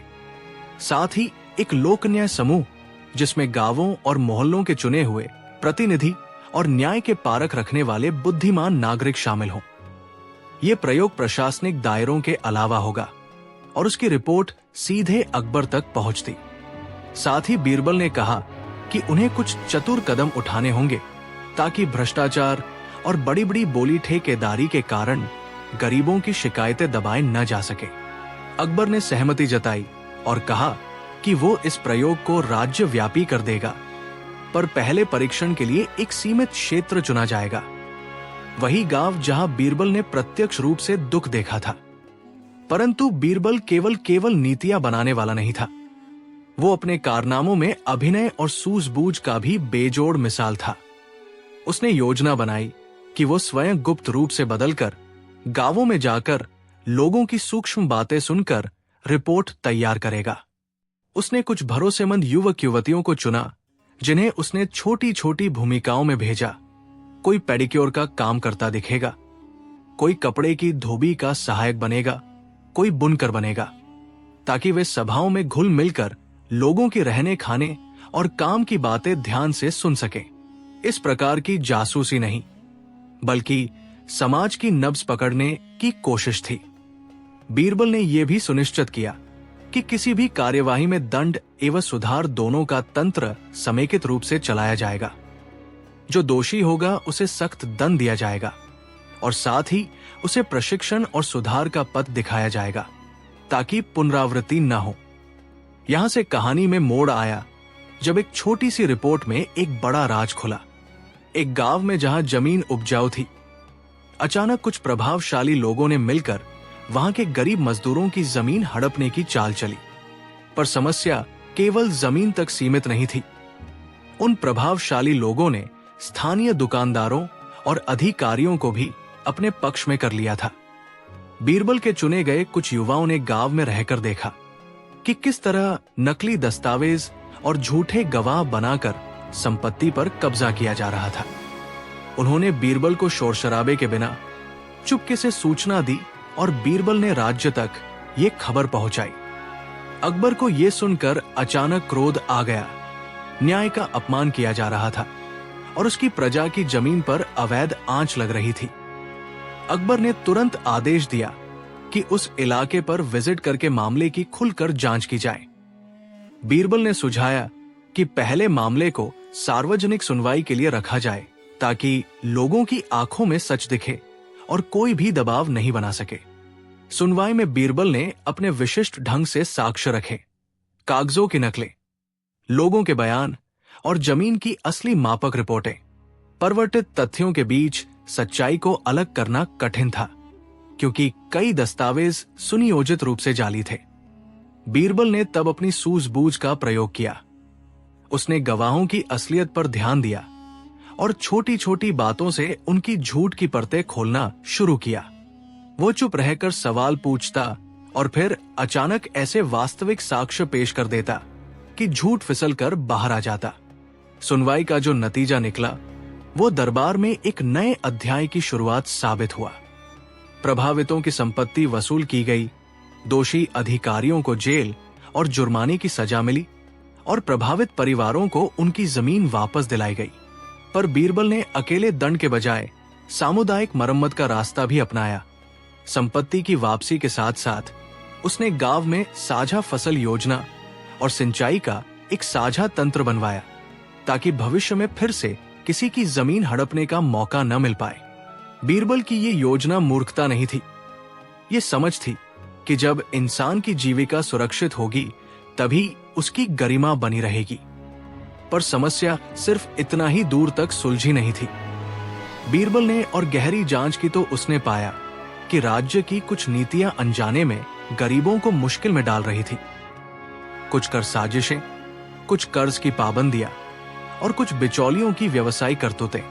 बीरबल ने सुझाव दिया कि राज्य को छोटे कर्ज के सहयोग, शिक्षा और स्वास्थ्य के जनोपयोगी केंद्रों पर और अधिक फोकस करना चाहिए। अकबर ने सुना और आदेश दिया कि किसी भी फैसले के पहले समुदाय के प्रतिनिधियों की राय ली जाए और नई नीतियां पारदर्शिता के साथ लागू हों। बीरबल ने साथ ही ये भी कहा कि जल्दबाजी में केवल कागजी कानून नहीं बनाए जाएं, बल्कि उनका पालन सुनिश्चित करने के लिए स्थानीय समितियां भी गठित की जानी चाहिए, जो रोजमर्रा की शिकायतों का त्वरित निदान कर सके। एक दिन बीरबल ने देखा कि कुछ पुराने मोहल्लों में लोग अब धीरे धीरे अपने हक के लिए बोल रहे हैं। हर गांव में एक न्यूनतम शिक्षा केंद्र खुल चुका था, जहां बच्चों को पढ़ाया जा रहा था कि अंग्रेजी नहीं पर उनकी भाषा में वे अपने अधिकार कैसे समझें, किस तरह स्थानीय अधिकारियों से प्रश्न करें और कब कानूनी सहायता मांगनी चाहिए। ये शिक्षा नए तरह की जागरूकता लाई। लोगों ने देखा कि शिकायत दर्ज कराने से उनकी इज्जत नहीं जाती, बल्कि वे अपनी गरिमा वापस पा सकते हैं। साथ ही बीरबल ने यह सुनिश्चित किया कि जो भी कार्यक्रम लागू हो उसका लेखा जोखा सार्वजनिक रखा जाए, ताकि भ्रष्ट लोग उसमें घुसपैठ न कर सके। समय बीतता गया और अकबर ने इन सुधारों को राज्य के अन्य हिस्सों में भी लागू किया। कहीं कहीं आरंभ में कठिनाइयां आई। कुछ स्थानीय ताकतें पुरानी व्यवस्था को बचाने के लिए विरोध करती और कुछ अधिकारियों ने अपने फायदे छिन जाने का भय जताया। पर बीरबल की अक्लमंदी और अकबर की दृढ़ निश्चयता ने धीरे धीरे विरोध को शांत किया और न्याय का सूरज अब उन जगहों पर भी चमकने लगा जहां पहले अंधेरा था। गरीबों के जीवन में सुधार ने समाज के समूचे ताने बाने पर असर डाला। बच्चों की पढ़ाई हुई, बीमारी पर इलाज मिलने लगा और छोटे व्यापारों को कर्ज उपलब्ध कराया गया ताकि लोग अपनी जीविका बढ़ा सकें। पर कहानी में एक मोड़ तब आया जब बीरबल को पता चला कि कुछ मामलों में गरीबों की नाराजगी का कारण सिर्फ आर्थिक नीतियां नहीं, बल्कि उनके आत्मसम्मान को चोट पहुंचाने वाली सामाजिक प्रथाएं भी हैं। कुछ गांवों में जाति और पुरानी परंपराएं लोगों के अधिकारों पर टूट पड़ रही थी। बीरबल ने यह जानकर कहा कि न्याय केवल अर्थ आधारित नहीं हो सकता, उसे संस्कृति और समाज के बदलते स्वरूप को भी समझना होगा। उसने शिक्षा कार्यक्रमों में सामाजिक समरसता के पाठ जोड़े और स्थानीय धार्मिक विचारकों तथा शिक्षकों को ऐसे प्रयोगों के लिए रखा जो जातिवाद और विभेद की जड़ें खोदकर उसका नाश कर सके। धीरे धीरे लोगों ने देखा कि समानता और सम्मान उनके ही विकास के मूलाधार हैं। कई वर्षों की मेहनत और नीति निर्माण के बाद राज्य में एक नई हवा चली। गरीबों की दयनीय दशा घटने लगी और उन्हें अपने लिए आवाज उठाने का आत्मविश्वास आने लगा। अकबर ने बीरबल को डाकिया की तरह नहीं पर एक सच्चे संरक्षक और रणनीतिक सलाहकार की तरह सराहा। बीरबल का नाम अब सिर्फ हंसमुख बुद्धिजीवी का नहीं रहा, बल्कि वो लोगों के बीच का पुल बन गया था। उसने ये सिद्ध कर दिया कि न्याय की दिशा बदलने के लिए केवल कठोर हुक्म नहीं, बल्कि मानवीय समझ और समुदाय की भागीदारी अनिवार्य है। कहानी का समापन उस दिन हुआ जब बीरबल और अकबर दोनों उसी गांव लौटे जहां से ये यात्रा शुरू हुई थी। वे वहां जाकर देखे कि कैसे छोटे छोटे बदलावों ने बड़ी सी खुशहाली ला दी थी। खेतों में नई फसलें, बच्चों के खेल और महिलाओं की छोटी छोटी दुकानें जो अब घर चलाने में मदद करती थी। एक बार जो गांव न्याय की तलाश में व्याकुल था, अब वही गांव दूसरों के लिए मिसाल बन चुका था। अकबर ने अपने सिंहासन पर बैठकर कहा, बीरबल, तेरा काम केवल नीतियां बनाना नहीं रहा, तुमने लोगों में उम्मीद जगाई। बीरबल ने विनम्रता से उत्तर दिया, हुजूर, असली काम तो लोगों ने किया। हमने उन्हें रास्ता दिखलाया, पर उन्होंने आगे बढ़कर अपनी तकदीर खुद बनाई। वर्षों बाद जब बीरबल वृद्ध हुए और उनकी चाल धीरे धीरे हो गई, तब भी लोग उनकी बातों को याद करते तथा अपने बच्चों को बताते कि कैसे एक बुद्धिमान सलाहकार ने गरीबों का रहस्य उजागर करके उन्हें उनका हक दिलाया। लोग कहते थे कि बीरबल ने न्याय को कागज से उतरवा कर सड़क पर लाकर रखा, ऐसा न्याय जो सुनता, समझता और बदलता था। अकबर के शासनकाल में यह प्रयोग एक स्थायी संस्था बन गया और उसकी मिसाल दूर दूर तक फैली। गरीबों ने न केवल अपनी जमीन और आजीविका पाई, बल्कि उन्होंने आत्मसम्मान और सामाजिक सहभागिता का मार्ग भी अपनाया। और बीरबल, वो था वही चतुर, हंसमुख और नर्मदिल दोस्त जिसने सोच समझकर ये दिखा दिया कि असली न्याय वही है जो लोगों की मुश्किलों को दिल से समझे और अपने निर्णयों में मानवीयता को प्राथमिकता दे। कहानी के आखिरी पन्नों में बीरबल के साथ बिताए गए वे कई छोटे छोटे पल भी थे। जब वो गांव के बच्चों को कहानियां सुनाता, बूढ़ों के कान में नर्म सलाह देता और घुटनों पर बैठे युवाओं को ये बताता कि महत्व है न केवल सत्ता में, बल्कि उनकी सेवा करने में। उसने दिखाया कि गरिमा केवल सोने चांदी में नहीं, बल्कि इंसानियत और सेवा में मिलती है। और अकबर की नजर में भी ये सिद्ध हुआ कि एक राजा की महानता तभी बढ़ती है जब उसका राज्य खुशहाल और न्यायपूर्ण हो। यही कहानी आज भी जब लोग सुनाते हैं तो आंखों में गर्व और दिल में सच्ची उमंग के साथ कहते हैं, अकबर की गरीबों का रहस्य उजागर किया बीरबल ने। यह कहानी केवल एक घटना की नहीं, बल्कि एक हिम्मत और लगातार प्रयास की दास्तान है, जिसने दिखाया कि जब सामर्थ्य और संवेदना साथ मिलती है तो कोई भी अनदेखा दर्द समाज की आंखों के सामने नहीं छिपा रह सकता। एक दिन बीरबल ने देखा कि कुछ पुराने मोहल्लों में लोग अब धीरे धीरे अपने हक के लिए बोल रहे हैं। हर गांव में एक न्यूनतम शिक्षा केंद्र खुल चुका था, जहां बच्चों को पढ़ाया जा रहा था कि अंग्रेजी नहीं पर उनकी भाषा में वे अपने अधिकार कैसे समझें, किस तरह स्थानीय अधिकारियों से प्रश्न करें और कब कानूनी सहायता मांगनी चाहिए। ये शिक्षा नए तरह की जागरूकता लाई। लोगों ने देखा कि शिकायत दर्ज कराने से उनकी इज्जत नहीं जाती, बल्कि वे अपनी गरिमा वापस पा सकते हैं। साथ ही बीरबल ने यह सुनिश्चित किया कि जो भी कार्यक्रम लागू हो, उसका लेखा जोखा सार्वजनिक रखा जाए ताकि भ्रष्ट लोग उसमें घुसपैठ न कर सके। समय बीतता गया और अकबर ने इन सुधारों को राज्य के अन्य हिस्सों में भी लागू किया। कहीं कहीं आरंभ में कठिनाइयां आई। कुछ स्थानीय ताकतें पुरानी व्यवस्था को बचाने के लिए विरोध करती और कुछ अधिकारियों ने अपने फायदे छिन जाने का भय जताया। पर बीरबल की अक्लमंदी और अकबर की दृढ़ निश्चयता ने धीरे धीरे विरोध को शांत किया और न्याय का सूरज अब उन जगहों पर भी चमकने लगा जहां पहले अंधेरा था। गरीबों के जीवन में सुधार ने समाज के समूचे ताने बाने पर असर डाला। बच्चों की पढ़ाई हुई, बीमारी पर इलाज मिलने लगा और छोटे व्यापारों को कर्ज उपलब्ध कराया गया ताकि लोग अपनी जीविका बढ़ा सके।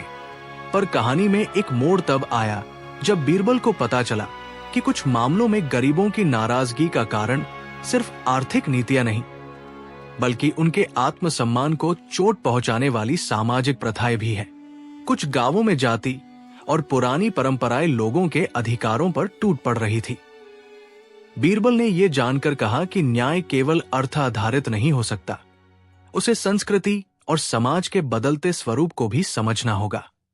उसने शिक्षा कार्यक्रमों में सामाजिक समरसता के पाठ जोड़े और स्थानीय धार्मिक विचारकों तथा शिक्षकों को ऐसे प्रयोगों के लिए रखा जो जातिवाद और विभेद की जड़ें खोदकर उसका नाश कर सके।